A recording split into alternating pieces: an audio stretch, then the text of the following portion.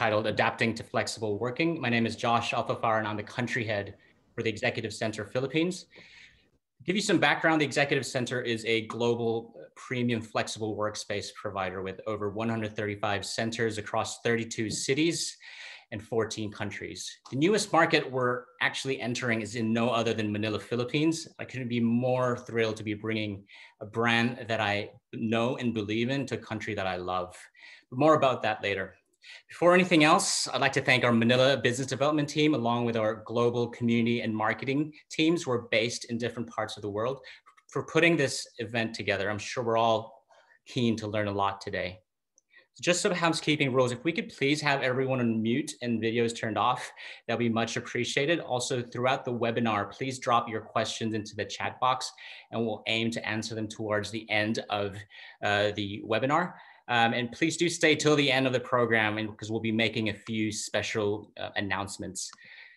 So let's get right into it. So with the challenges on today's global market, combined with the restrictions and movement in corporate spending, there's no doubt the workplace of tomorrow is changing. I mean, as a result, the way we work, the way we think about work, how it takes place and where we work is evolving too.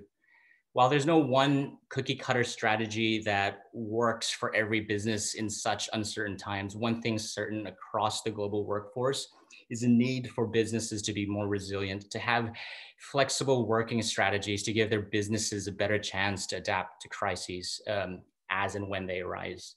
So what does flexible working mean? What role do corporate real estate strategies have, and how does it impact people's job satisfaction, productivity, and creativity? What is the workforce appetite to returning back to the office? To talk more on this, I'd like to introduce our keynote speaker for today. She's someone who's passionate about organizational culture, believes that creating a dynamic and collaborative working experience positively affects team morale and productivity of employees. Through a newly developed global marketing strategy and complete rebrand, her goal is to establish the Executive Center as a leader in workspace experience, community, and corporate culture facilitation. Please welcome Global Managing Director for Marketing and Communication at the Executive Center, Chelsea Perino.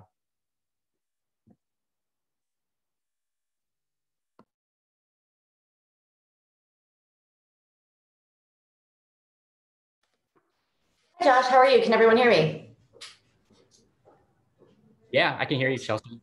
Fab. Well, thank you for that kind introduction. So excited to be here. And I echo Josh's excitement in saying, welcome to Manila. For me, remotely right now, of course, but I can't wait once things start to open up to be able to come and visit a city that I've actually been to once before in person again. I'm really excited to see TEC's footprint sort of expand into what is a really exciting, dynamic, growing market. And I'm really happy to see so many people here to talk about adapting to flexible working, because I think there's no time better than the present to talk about, what are some of the strategies that we can implement, and what are some of these big organizations, smaller SMEs, startups, all these different kinds of people that are working amidst a very tumultuous sort of environment that this pandemic has created over the last 6 months, but really a really changing sort of an evolving corporate culture and workplace strategy over the last 5 to 10 years. What can we do to latch onto these different opportunities? So that's what we're here to talk about today. So I thought what would be interesting is to first start out by talking about sort of the larger landscape, the larger ecosystem that exists, not just in Manila, not just in APAC, but really globally. What are some of these workspace trends that we're seeing? And the way that we sort of look at it is through the lens of these 4 different verticals. The first is this idea of urbanization. So the idea that so many people are coming into cities, and cities are growing, and secondary CBDs are being created, and tertiary CBDs are being created, and organizations are sort of starting to decentralize because there are opportunities to create and establish different positions within different marketplaces. And that's really starting to shape the way that people work, the way that people commute, the way that the urban landscape is being developed. And from a corporate organizational perspective, it's something that's really impacting how people think about their business. The second is, of course, technology. And I think the current landscape and the current environment right now is kind of pushing this to the forefront because we're having to rely so much on so many different kinds of technologies to help us continue to do business. I mean, just the fact that we're sitting here having a webinar with people from all over the world really is a pretty phenomenal thing. And I think that this is something that's here to stay, and it's something that has been pushed to the forefront because of the remote situations that we're working in right now. And that's also starting to impact the way that people are thinking about their office and the way that their business works. The third is, of course, this idea of flexibility. Right now, this is penultimate. It's one of the most important things that a business needs to have in order to be able to be resilient within this, this pandemic culture and this environment right now, because everything is changing so quickly. We can't tell you what's going to happen tomorrow or in 1 month or in 6 months. And for businesses, that's really scary because we try to plan, we try to forecast, we like to know what can we expect in the next year, right? How are our budgets going to work? What are our profitability schemas going to look like? And right now, it's a really difficult thing to predict. So the ability to be able to flex in and out and reevaluate our environments and reallocate our resources is becoming a huge asset and something that's really important in business. And then, of course, all of those factors are changing workforce. People are thinking about business and thinking about their working environment in ways they never had in the past.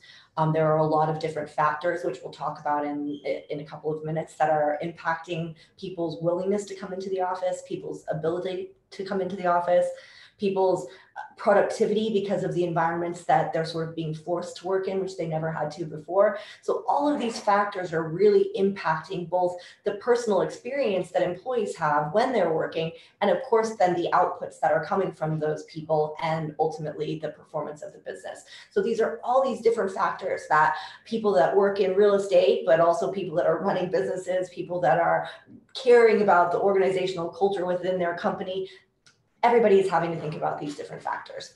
And just lastly, this trend that JLL has thrown out over the last, about a year, I think still kind of holds place, which is that 30% of all the market, global office market, will be flexible by 2030. I would argue that could be even more now that the last 6 months have kind of taken place, because what a lot of organizations have realized is that, flexibility and the idea of having that adaptability and the capability to scale up and scale down and move in a more agile way is becoming really important.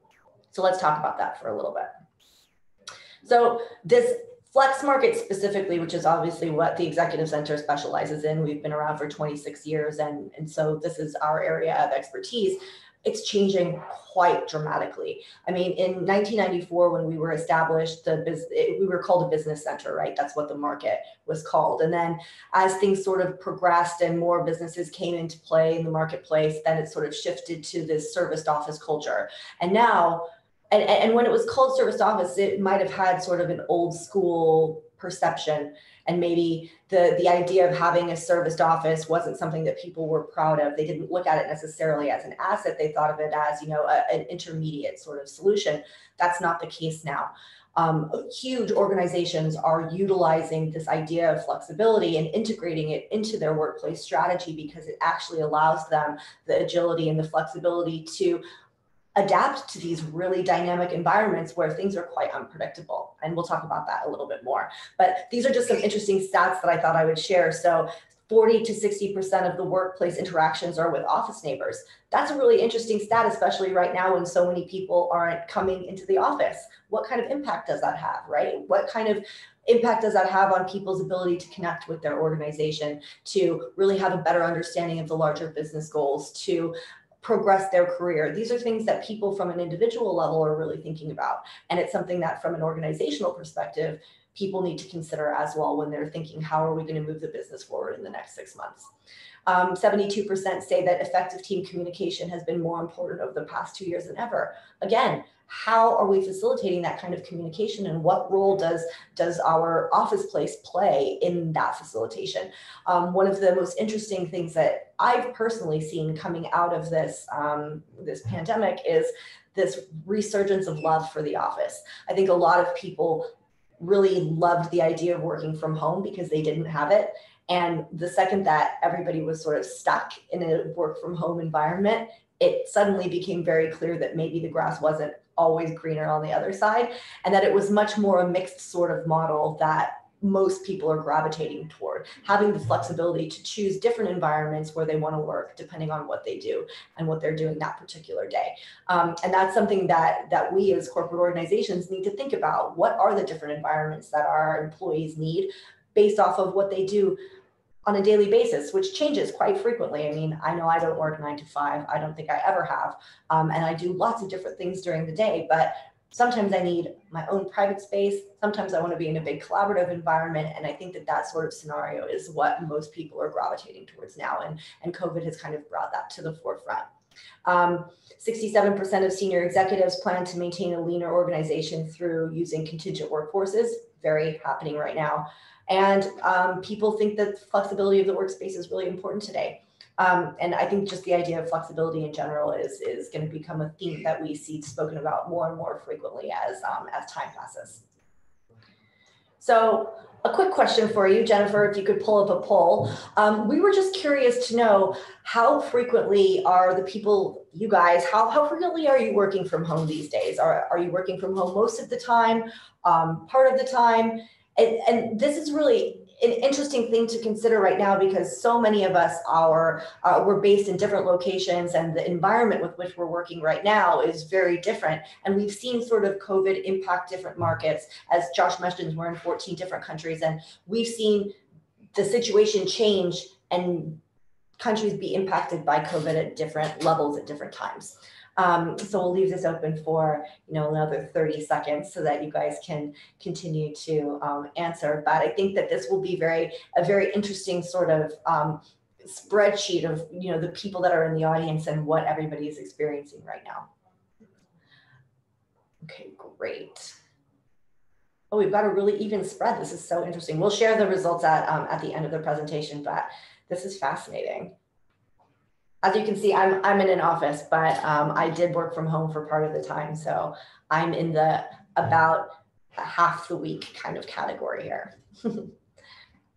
Okay, so I think, Jennifer, I think you can close the poll if that's cool. Great.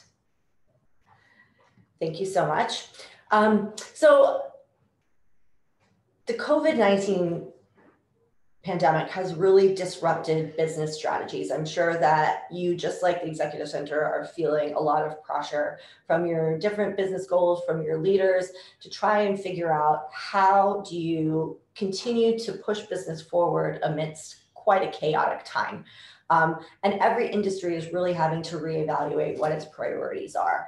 And decision makers it's about creating stability right now, right? So trying to maintain business, identify new opportunities, reallocate resources, and save, really. I mean, that first category there, you can see, stop investing in long-term cash flow commitments to be able to maintain that status quo right now and be able to, reallocate those resources along a longer period of time, just in case.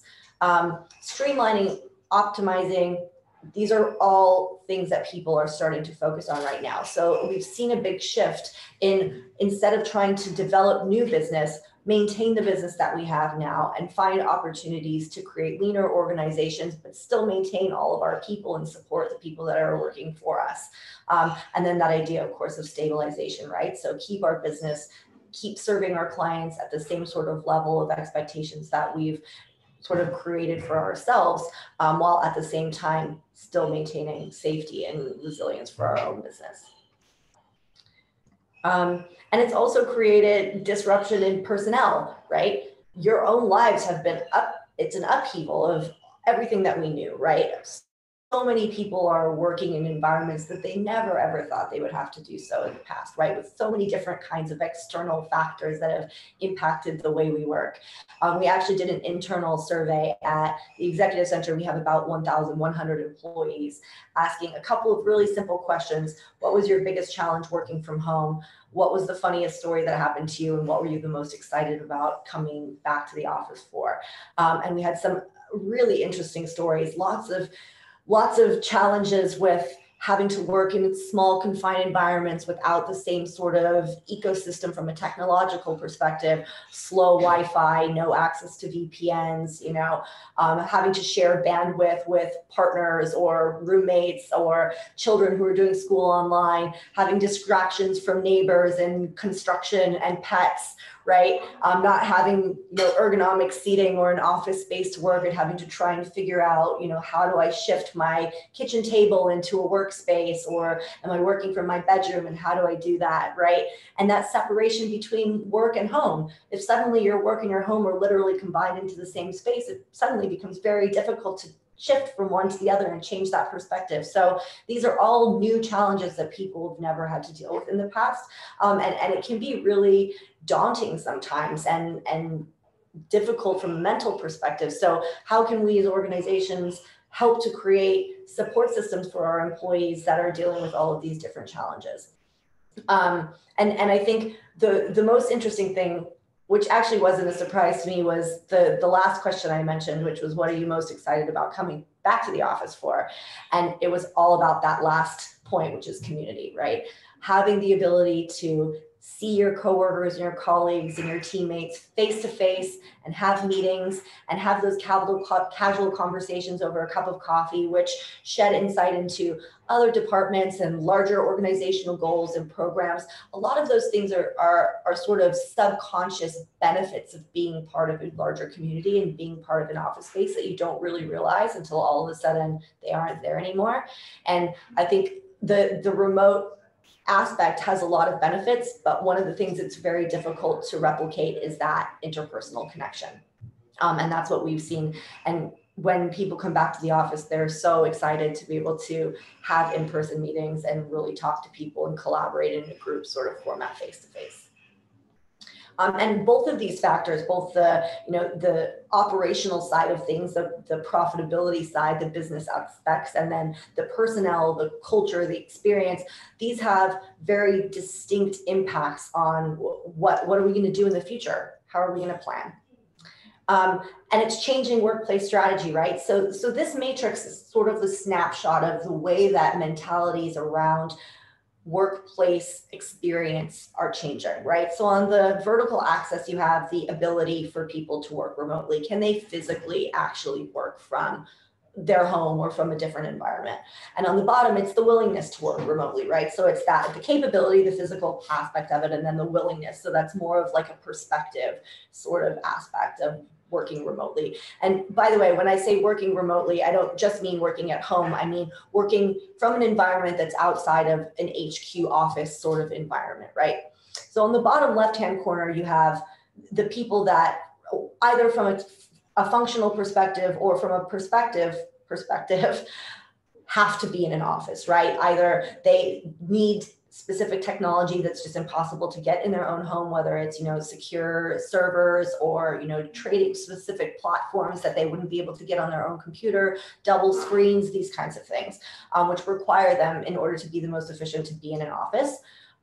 Or from a perspective, some people's organization, the organizational culture has a very distinct opinion or perceived opinion about what working from home means, which really deters people from taking that, even if it's something that's available from an SOP perspective, right? And then as you start to move to the upper right-hand corner of this matrix, you get to a place where a lot of businesses are sort of shifting, which is this idea that flexible working is an integrated and championed part of employment policy. So this is a top-down sort of mentality that says, look, we understand that whether you're in IT or finance or marketing or sales, that you're doing different things all the time. And so how can we create a cookie cutter fit or expect you to fit within a one size fits all sort of box? Instead, we're going to do our best to understand what it is that you need, what sort of working environment suits you based off of the tasks that you're doing. And we're going to provide different opportunities and also empower you to use those different environments when it makes the most sense for you, so that you feel the most safe, the most satisfied, and you're also able to be the most efficient and productive, right? And I'm really excited because I feel like even though this has been a really challenging sort of environment to deal with over the past 9 months now, gosh, I was going to say 6 months, but it's actually been 9 months. I'm starting to see this sort of parallel conversation happening where, the human side of businesses and the profitability side of businesses are coming together to say, wait a second, there's an opportunity for both of us here to utilize this idea of flexibility to build efficiencies from an operational perspective and from a real estate perspective, but also to better employee experience at the same time. And that's really exciting because it's been something that's been quite disconnected for a long time.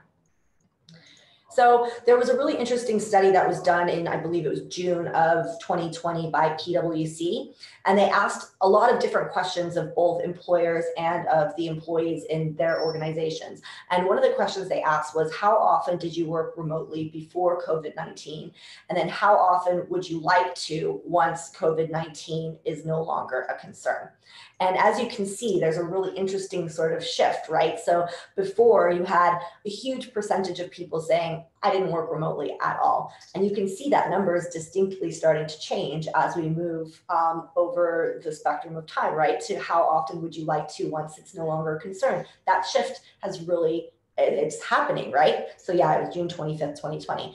That's really interesting because it indicates that people's mentality about working from home, and I like to kind of extrapolate that to working remotely, right, from different environments, as I mentioned before, it's really starting to change. That willingness piece of that matrix, right? It's moving towards the right-hand side, which means that businesses have the opportunity to leverage that and say, okay, if people are willing to work remotely, how can we take this into consideration in our real estate strategy and utilize different sorts of working structures and different kinds of office strategies to capitalize on that and build efficiencies from a business perspective. And from that study, they found that 72% of office workers said that they would like to work remotely 2 days a week, right? But at the same time, which is a stat I didn't include here, almost nobody said they wanted to work remotely 100% of the time, which is also an interesting indication of the value that the office place plays in people's workplace experience. So one of the other questions that they asked in this study was, what percent of your office employees do you anticipate will work remotely at least 1 day a week? And as you can see, again, really interesting sort of shift, right? Before COVID, small percentage. During COVID, not very many. And then as you can see, it changes to after COVID, you've got quite a large number of people that are saying people will work remotely when COVID ends, and we'll continue to integrate that into our workplace strategy. So another polling question, what is the likelihood that you will use a flexible workspace in the next 6 months? So Jennifer, if you could pull up that poll, that would be super. So we have a couple of different options here because I'm sure that some of you are probably already using some type of flexible workspace or amenities like meeting rooms or conference centers, or using the co-working areas in some sort of organizations. But maybe some people have never had that experience before, but are now thinking, this could be something really interesting that we could potentially integrate into our corporate real estate portfolio. Maybe it's something we should think about. I know for myself, actually, before I started working at the Executive Center, I actually worked in an Executive Center as a client. But before that, I really had very little experience with the flexible workspace industry as a whole. I always worked in a traditional sense of an office.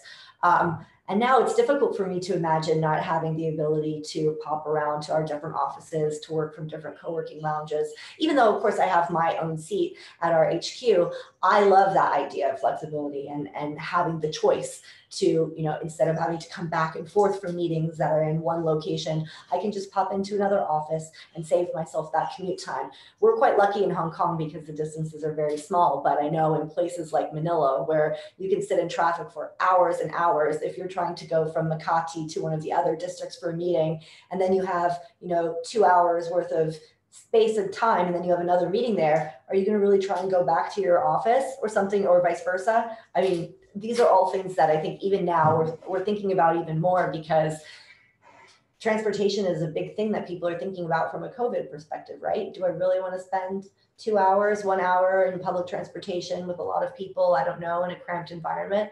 No.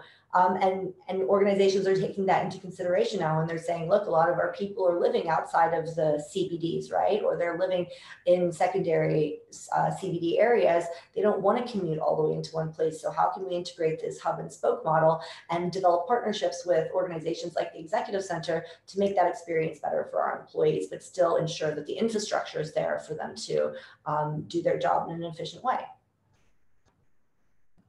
Cool. So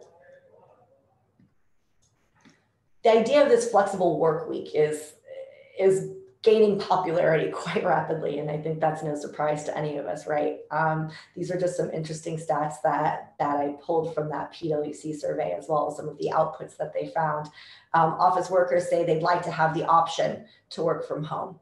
And I think that that's key. It's the idea of choice, right? Me as an individual being able to say, today, I feel safer, or I'm going to be more productive, or I'm going to be more efficient if I work from this location versus this location. It's not about this black and white spectrum. It's about having different options that people can choose from, which gives them the autonomy and the power to work in an environment that's going to be the most conducive to what they're doing at that particular moment.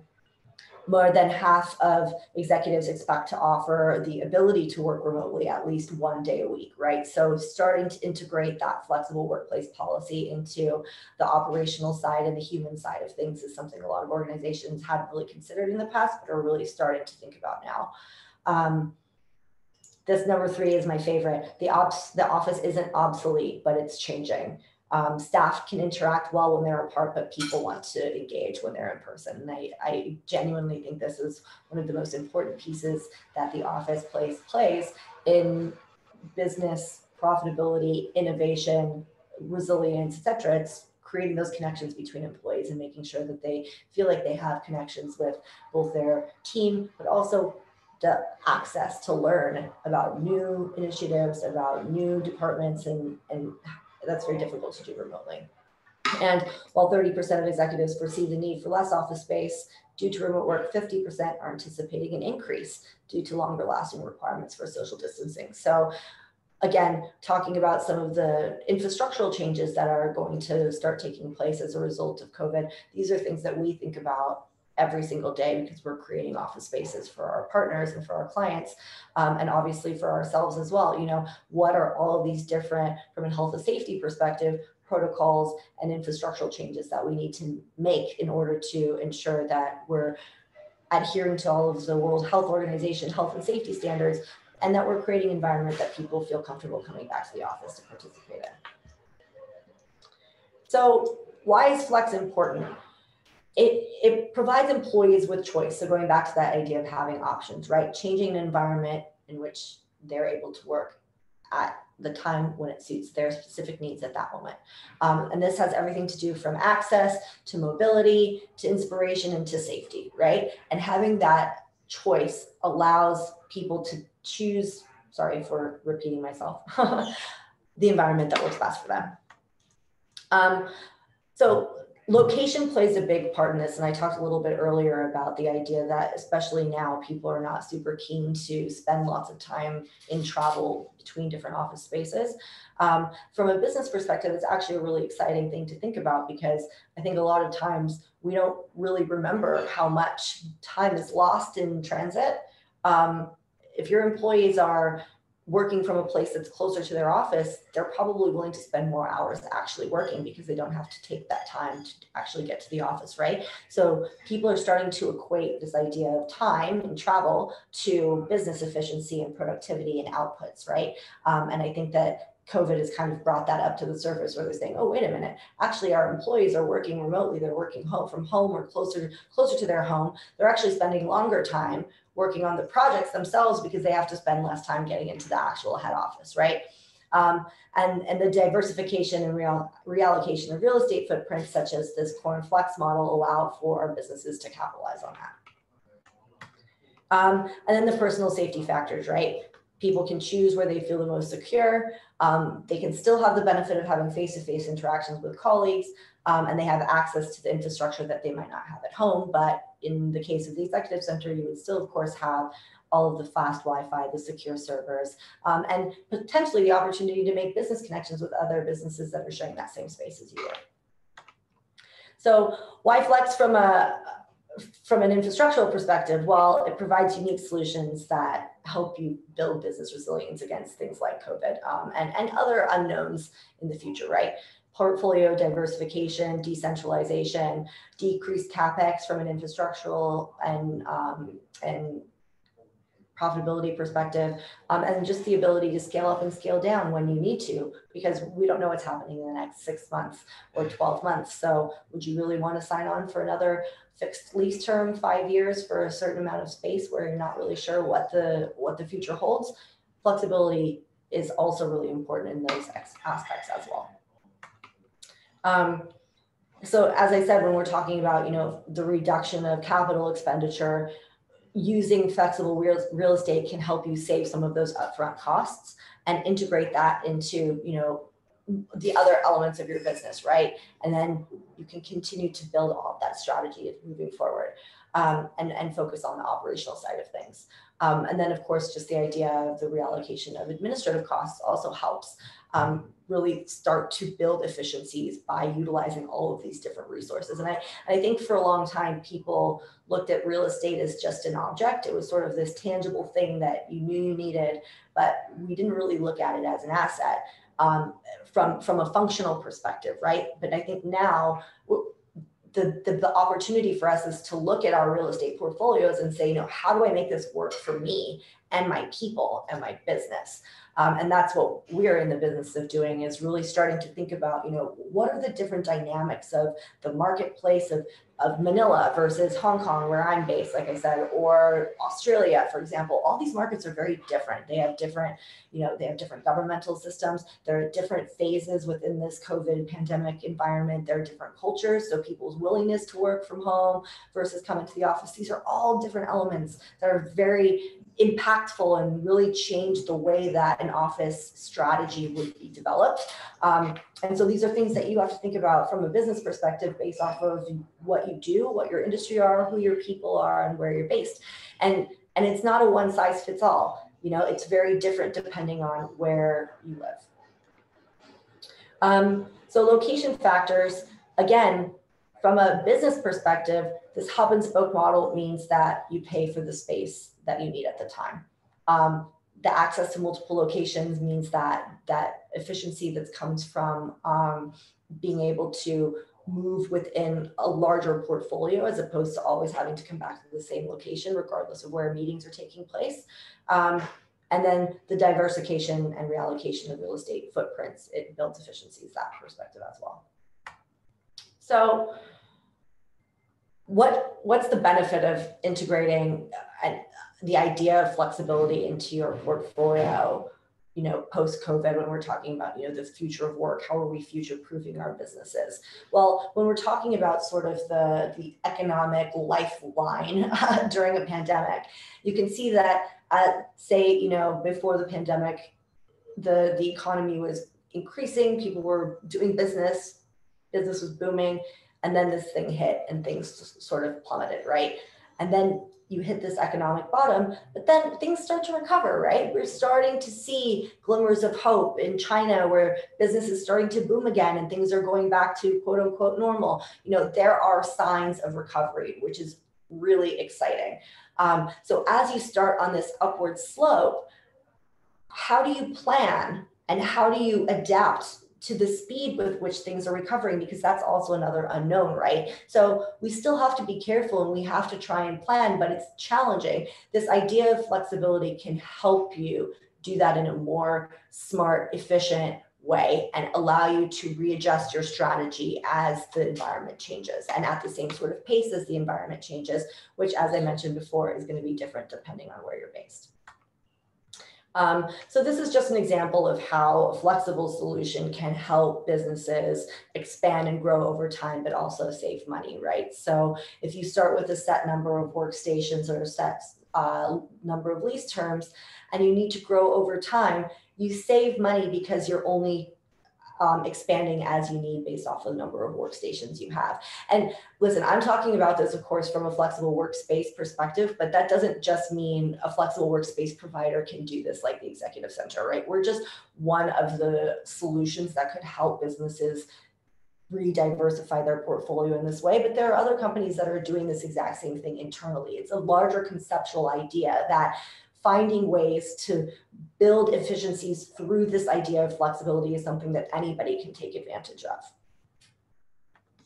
So how does this work, right? So for the Executive Center, we like to talk about it through the Glocal feedback loop, right? Which means that there's a larger organizational goal and framework, right? Which maybe if you're from a big MNC, coming down from your HQ in Europe or in the USA, right? And you're just kind of taking it and saying, okay, here's what has been mandated of me. But again, coming back to that idea of flexibility, you need to be able to adapt it to your local culture, right? And this is the way that we run, is we create frameworks from a global perspective, but then we take it to the regional teams and we say, hey, Josh in Manila, how does this work in the Philippines, right? What are the things that you need to take from the larger strategy, and how do you need to tweak them and adapt them so that they work for your market, right? And then develop that on a more localized and specialized sort of level, and then test it and see if it works, right? And then we go back, we look and see if we were successful, we see where there are opportunities to improve, and we implement those, and we go back up to the larger strategy. And sometimes we take some of those learnings and we tweak the global strategy as well, right? So it's this continuous communication loop that helps us continue to evolve and adapt, and also share resources amongst our teams so that we're better prepared and we're able to shift our own strategies to adapt to this marketplace as well. And new channels are emerging that are going to help companies do this, right? So everything from video conferencing like we're doing. I've participated in a couple of different online conferences, which were really interesting, platforms I've never seen before. So technology is really coming to the table to try and help organizations battle this really strange environment right now and still maintain that connection and those networking opportunities and the ability to meet other businesses and other business makers. Even though, you know, travel isn't available yet and some people are still working from home, some people are even locked down. How do we continue to make those business opportunities, and technology plays a big role in that.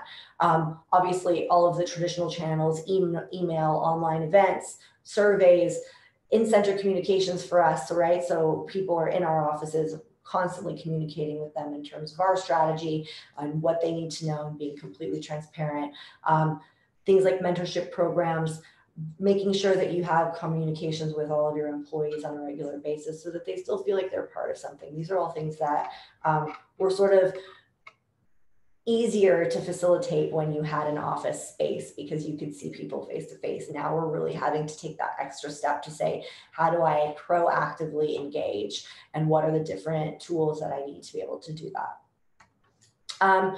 And there are a lot of opportunities that have come out of this very challenging, scary sort of environment, right? This new model for how we work, I think, has massive implications that could be super positive for all of us, in the sense that now not only are we thinking about the profitability of our businesses, but we're linking that to the people that are actually making that profitability happen, right? And you know, we always hear these stats thrown around, like employee satisfaction has this quite intangible, but at the same time, very real impact on the profitability and success of a business. Now we're seeing those linked together. So we're saying, how do we create an environment that will build business efficiencies and impact positively our bottom line, but at the same time, really build satisfaction and employee empowerment, which then of course retains talent, it attracts new talent, and all of those together create for a really successful business strategy. This increased focus on the technological infrastructure is making us, you know, perhaps reevaluate some of our systems that might have been out of date, right? But we didn't need to reevaluate those because they were working fine in the situation where we were before. But now all of a sudden we're saying, wait a second, this doesn't work for us anymore. Let's go back and look at some of those older systems that perhaps are out of date or maybe they don't serve the same purpose as they served before. We're doing this right now, and it's been a really interesting exercise to say, wow, it was working fine before because we didn't really know any better, but now there's an opportunity to innovate and to advance the way that we're thinking and the way we're using technology. And then just again, that idea of connections. I think fundamentally, if there's one thing for everyone to take away from this, it's understand the people that are a part of your business. For us, members are they're the foundation of everything that we do. We're a service-based business, but I think that for any organization, understanding who your people are and what they need is going to be imperative moving forward, because it's going to really help you build a strategy that will keep people satisfied. It will motivate them. It will make them feel supported in a time where people feel really insecure. And I know we talked a lot about, this idea of flexible working and how for a long time in the past, it maybe had a slightly negative or misunderstood perception, which was like, oh, if you work in a serviced office or in a flexible workspace, you're not a real business or you're not insecure. That is not the case anymore. I think now businesses are starting to really understand that incorporating this idea of flex into their portfolio is actually a really smart financial move. These are just some of the businesses that we work with, as you can see, a lot of familiar names, right? And that's not just us. These guys are integrating flexibility into their portfolio, both from a traditional workspace perspective. They're building their own offices in a flexible way, but then they're also utilizing partners like TEC to add on to that portfolio, right? So it's not this black and white model where you're either totally traditional office leases or you're totally flexible workspaces. There are so many different iterations within that spectrum. And that's what's so exciting. And I think what COVID has kind of brought to the forefront is that it's not a one size fits all. You can really utilize these different kinds of assets to create an ecosystem that works best for your business based off of what you do. So just a quick intro to the Executive Center. What are some of the solutions that we provide? Enterprise by TEC. This is a full 360-degree turnkey solution to help businesses build full office spaces. We actually had one of our first enterprise solutions in Manila, which is what was one of our motivations to actually bring the traditional Executive Center office concept into the city as well, which is amazing. Private offices, of course, this is a private office suite of various sizes within an Executive Center. Then we have the co-working and virtual office models, which is a more remote sort of working situation where it's about access to different common lounges and more mobile sort of working structure. And then the amenities that I talked about before. So meeting rooms and event spaces. I'm sorry, these slides are a little bit strange. I'm not sure why. And all of these different things are amenities that businesses can utilize if that's something that they need. And then again, just this idea of technology and the ability to utilize that to facilitate more connections with new businesses, meet new people, create new business partnerships and opportunities. I think technology is going to play a massive role in that moving forward.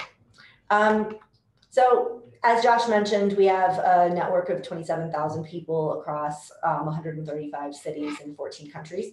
So 135 centers in 32 cities in 14 countries. And looking forward to hopefully meeting some people, really excited to be coming into Manila. I think now we are going to move into a Q&A. So as Josh mentioned, if you have questions, please type them into the Q&A box. I know Josh has a couple of questions to ask as well. So thanks again for all of your time. I hope you found this interesting, and I'm looking forward to hopefully meeting everybody soon. Over to you, Josh. Thanks, Chelsea. Really, really insightful. I mean, I think what I've gathered is that, we have to put the focus back on its people and really, listen to them and really where they want to go and what they want to do and how to make it work. So we do have a few questions that have been raised. So let me just share my screen 1 second.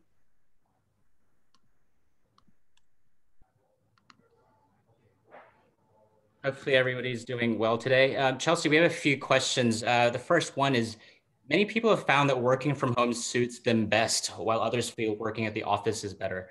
What is the best strategy to address this, you think? That's an interesting question. I mean, I think it just goes back to this idea that not every person is different.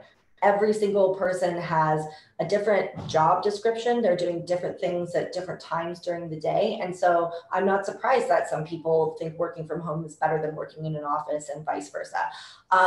So my response to that is try to empower people to make the choices for themselves to decide where they work best, right? Because the thing is, if I try to tell you, person A, that working from home is bad and you're not going to be productive there, is that true? I don't, how can I know that? I'm not you. For me, it might not be the case, right? Like, and I'll tell you a personal story. I don't work well at home. I don't like being by myself. I have a home office and I'm lucky, but at the same time, like I would not want to work there, because for me, being able to have these sorts of interactive conversations and see my teammates and be inspired by the environments, for me is really important. But that's not the case for everyone. So I would say that that's why the idea of flexibility and having different environments is so important, because it then gives employees the opportunity to make that choice for themselves. And the other big piece of that is also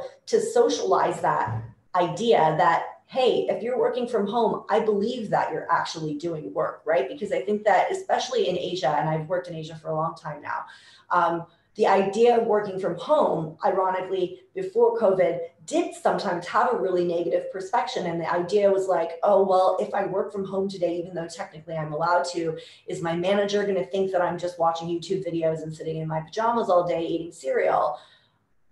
I don't know, right? So rather, I'll just come to the office to make sure that I'm seen at a desk doing work, right? So it's also the education of your employee group that says, if you're working from home, I believe that you're actually doing work there. And here are the tools for you to communicate with the team and to have the resources that you need so that you can be productive in that environment if you don't feel like coming into the office. I agree. I think that needs to be that sense of trust. And at the end of the day, it has to be, make sense for the workforce, and also has to make sense for the business. And another question we have here is, how do you say flexible workspaces such as the executive center responding to the demands of the new ways of working, with all the protocols that are in place? That's a great question. It's been a really interesting learning experience for us over the last 6 months. And I think the first place we started with was there were two key things we focused on. The first was keeping our offices open, and the second was keeping them safe, both equally important. So from a protocol and infrastructural perspective, that meant adhering to all of the World Health Organization safety standards. And then, of course, all of the local health and safety standards, which, as I mentioned before, were different in every single city in which we operated. So you can imagine how much communication had to take place between our local teams and our head office teams to make sure that we understood what the different protocols were. I mean, in China, for example, where we have a lot of business, every city had different protocols, right? So it was about working with the local governments to understand, what were all of the different rules and regulations and safety protocols that we had to adhere to in order for that office to reopen again. And we went through so many different iterations of applications to open offices back up again. So it was really rigorous, but we were dedicated to doing that because we knew that if the executive center office wasn't open, then there were so many other businesses that were going to be impacted by that, because then they couldn't come to their office. So that was our first priority. And then the second was to be transparent, right? So constant communication with everybody that was in our network. So that means the people that have offices with us, with our landlords and our developers, so the people that own the buildings where we are tenants. We're in an interesting position because we're both landlords and we're tenants at the same time, right? So we're kind of in this middle ground where we need to be the landlord. We need to be communicating to all of our tenants, telling them, here are the new safety protocols. You're going to be required to temperature check anytime you come into our buildings. You're going to be required to fill out travel declaration forms every time you come into the office. Same thing for any guests that you have.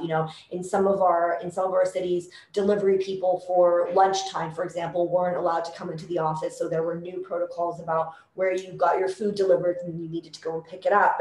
And being very clear about all of the sanitation. That was a huge piece of it. So increasing all of the sanitation protocols, putting signage everywhere so that people actually knew, requiring people to wear masks in the common areas, because all of our centers have big, beautiful co-working lounge areas with like barista bars. So being very clear, look, if you're in the common area, we really need you to wear a mask.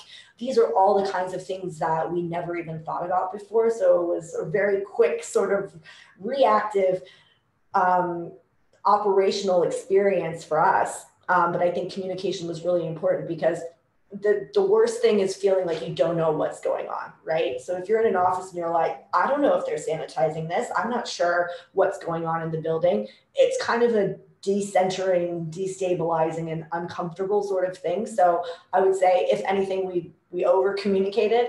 And even when, if there was a case in the building, for example, we didn't keep that under wraps. The members were the first to know, right? Here's the information we got from the landlords. Here's what the building is doing. Here's what we're doing. Don't worry, your safety is our #1 priority. And this is what we're doing to make sure that that stays the same. And that will continue, right? I think some of these things are going to be around for a long time. Temperature checking, it's not going to go away. Social distancing policies, and even within our member group, we had a lot of clients that would come to us and say, hey, look, we have global mandates that are telling us we need desks that are separated by 1.5 meters, or we need plexiglass partitions. These are all new services that we integrated into our portfolio to help our members and our client organizations adapt to this changing environment. Good question, thanks.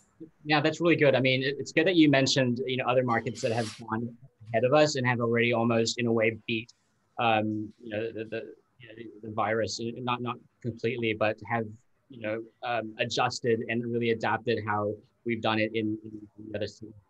So it's good. It gives that sense of relief, that there is light at the end of the tunnel, that we will get through this, especially in Manila, where cases are still a bit high. Let's dive into a question about cost structure. There's a question is, how does the cost structure of a business change when adopting flexible workspace models into real estate strategies? And can this be a permanent approach to the business? Sure. So I'm going to kick that off, and then I might hand it back to you, Josh, since you probably have more experience with the infrastructural business side of things than I do. But the first is the CapEx upfront, right? So I don't know how many of you have tried to open a new office, but there are so many different factors that go into making sure an office actually works. First, it's the time that it takes and all of the different personnel resources to find the building, to negotiate the lease terms, to sign the lease terms. Then you have your office, right? Then you have to actually pay for the infrastructural part of that. So that means all of the technology, the wiring, the cabling, the Wi-Fi, all of the secure servers, buying all of the actual office infrastructure, desk, chairs, filing cabinets, AV equipment. And then it's the paying for the operation of the office, right? So cleaning ladies, receptionists, maintenance people, et cetera, et cetera. And that list goes on and on depending on what your business is. If you come to somebody like the Executive Center, you actually don't pay any of that. We take care of all of those things for you, right? So that is the benefit of coming to a flexible workspace, is it removes all of the logistics and all of that upfront CapEx. We take on that financial responsibility, and then you just pay the rent for the office space based off of the workstations you need. Josh, do you want to add on to that? You pretty much said it, but yeah, I mean, especially for businesses that are, really cash conscious at the moment. I mean, we've been hearing it the past few months, cash is king, cash is king. It is true. I mean, there are many businesses at the moment that are maybe at the end of their leases, or they're considering whether they should renew their leases, or should they move to a more flexible workspace solution? And we have been receiving, we have been seeing those trends in traditional offices or traditional businesses exploring flexible solutions, whether they keep their original office and maybe downsize and spread it out across different parts of the cities, or maybe move into a flexible workspace such as the Executive Center and have people work in shifts. Either way, to make a long-term permanent decision during this time when we don't even know what's at the end of this, behind this wall, is something that that businesses really need to really consider and implement as a real estate strategy. Because if there is some flexibility, and if they can, if they don't have to commit to 5 years, but commit to maybe 3 months, 6 months, or even a year. That at least gives them that sense of peace, that there will be, that they can adjust when the time is ready and when and wherever they want. But you're right about, having the costs not having to add up because you're only paying that one fee per month versus having to hire all your staff and pay all the fit out costs. And I think from a fit out cost aspect, you're actually even maybe saving about 30 to 40% just on fit out. But no, this is a good question. I'm happy this was raised. Yeah, I think the idea, I'm glad you brought up the scalability aspect of things, because I think that's more important now than ever before, right? It's difficult for us to plan the future because things are so uncertain. So being locked into a fixed space where you're paying a certain amount of rent when, who knows, in 6 months you might not need that. Who knows, maybe things are going to turn around and all of a sudden you're going to double your business. I hope that's what happens for all of you out there. But then you're still locked to that same amount. So then what do? Then you need to go and find another office, right? It's the idea of being able to pay for the space that you need at the time that you need it, and then flex up and down in between that model, which automatically builds efficiencies because you're only paying for the real estate, no pun intended, that you're using at that point in time. And I mean, the thing that's also great about being part of a flexible workspace is that you then have access to the whole network as well, right? So even if you have a private office of 20 people or 5 people, X number of people, it doesn't matter, right? You still have the ability to use the lounge areas, all of the meeting rooms and the event spaces, and all of the other executive centers in the entire network. So knock on wood, when travel opens back up again, if some of you are business travelers, that means that when you go to Singapore or Jakarta or Hong Kong, for example, you don't need to worry about where you're going to work. You have executive center there for you as well. No, that's right. And it's not even about letting go of your traditional space. I mean, we have a client in their space, but chose to have clients, or chose to have some of their team members work in flexible offices so that they can upsize and downsize anytime they want. And that way, it really helped their business. And until now, they're still with us. So that's really good to hear. It doesn't even have to do with COVID for now. I think we can do a few more questions. So what profile of companies are usually looking at flexible workspace as part of their workplace strategy? And do you see an increase of more traditional companies exploring this model as a solution to mitigate the risks of future crises? I think you touched on this earlier, but maybe we can deep dive more into it. Yeah, for sure. So I think a lot of people are surprised by the number of MNCs that use flexible workspaces. So for us, about 76% of our portfolio are actually MNCs, so multinationals, everyone from Google to Facebook to Salesforce to Gartner, General Electric. I mean, the list goes on and on. And we're seeing an increase in those businesses wanting to utilize flexible workspaces for all the reasons that we just discussed, right? The CapEx saving, the flexibility, et cetera, right? And the other piece of our portfolio are small to medium-sized businesses, right? So that makes up the other, 24% more or less. For the executive center, the startup community is not a huge part of our portfolio. That's not to say startup communities don't use flexible workspaces, they do, but generally speaking, they use some of the other providers out there. One of the differences about the executive center is that we're only in CBDs and we're in grade A buildings. And that's an important differentiator for us, because what it means is that for all of these large corporates or organizations where the location is important and the infrastructure and fit out and the design, the look and feel, the overall experience is a more corporate professional sort of environment with really up-to-date technology, and that whole service element of it really is an extension of the office space that you would find if you went into your head office in the UK or the US or elsewhere, right? Or even in the same city where you might be coming and using one of the amenities of the executive center. We know your name, we know your business, we know the things that you need in that particular moment. And so that's kind of one of our key points of differentiation. And that's why a lot of these big MNCs come and use the executive center and have been doing so for a really long period of time. I think the other thing that that is important to us is if you come into an executive center, and hopefully you'll all come and visit our new center in the Philippines when it opens, you won't see the executive center logo anywhere inside. It's not like some of our colleagues out there where you see, the neon signs that are all over. For us, our branding is much more subtle, and that's an intentional a decision that we make when we design our centers. And the reason for that is we want you as a business, when you're coming in to use the executive center, to feel like it's your business, right? And we want, when you bring your clients to use the meeting rooms or to have an informal coffee in the lounge, we want them to feel like it's your office as well. It's not about the executive center. We're just the foundation, right? We're the infrastructure that helps your business and your business and your business continue to grow. And so the office should feel like yours when you walk into it. Thank you, Chelsea. Unfortunately, that's all the questions we can ask today, but I really appreciate you taking the time to really talk to us about, flexible working. And I think that we're going to be taking away a lot of key points today for sure. Awesome. No, it was really great. Thanks for all the great questions. I think if we can get a list of them, and we'll see if we can answer some of them in an email and send it out afterwards. Yeah, we'll definitely do that. And we'll send you the presentation as well. But before anyone else goes, to close off this webinar, I'd like to take this opportunity to announce the opening of our brand new executive center opening at Ayala Triangle Gardens Tower 2 in Makati City. This is in Ayala Triangle Gardens itself, and we are set to open early 2021, most likely in April.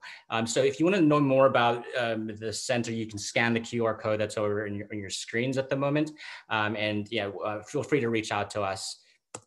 Here's just some of the photos and some of the perspectives of our new center. It's really exciting. Like Chelsea mentioned, there's no branding at all. The executive center is nice and neutral. We have our members lounges. We have meeting rooms. We have co-working spaces and private offices as well. And I'm really excited. I don't know about you, but I can't wait. And just lastly, we for everybody that's attending this webinar today, we'll be sending out a free co-working pass to you closer to the date of our opening, so you can try all our spaces. I'm sure you're all excited about that. We're more than happy to welcome you, and we'll send it through email so you know what the instructions are and how to claim it. But more than office spaces, more than anything that we talked about today, really what we want to be able to have a chat with you and talk about workplace strategies, and really have that sort of consultative approach, and then know your business in and out, so we can give you the best advice as well. So you feel free to reach out to anyone from my team, in my business development team, are Maria Opto and Robbie Garcia. We'll be sending you some resources as well for those who would like to come in and learn more about flexible workspaces. And just to close off, we encourage everybody to please scan this QR code. It's our latest campaign to called Welcome to the Office. It's really, really fun and cool, and this is something I'm really excited to really share with everybody. I encourage everybody to please scan that QR code right now. And if anybody has any questions, please feel free to reach out to us after the webinar. We'll be more than happy to answer them for you. Thanks again, everybody, for attending. Bye. Thanks, everyone. And if you have a chance to check out that campaign, there are some really funny instances and interactions of some of those work from home experiences that I'm sure we've all shared. So take a look. Would love to know your thoughts on that. And if you have experiences from working from home, send them over to us, because we love to hear those, and we love more than anything to hear about why you're excited to come back to the office. So share all of those things with us as well. Thanks again for everyone. Have a great day. Stay safe. Everyone. Bye.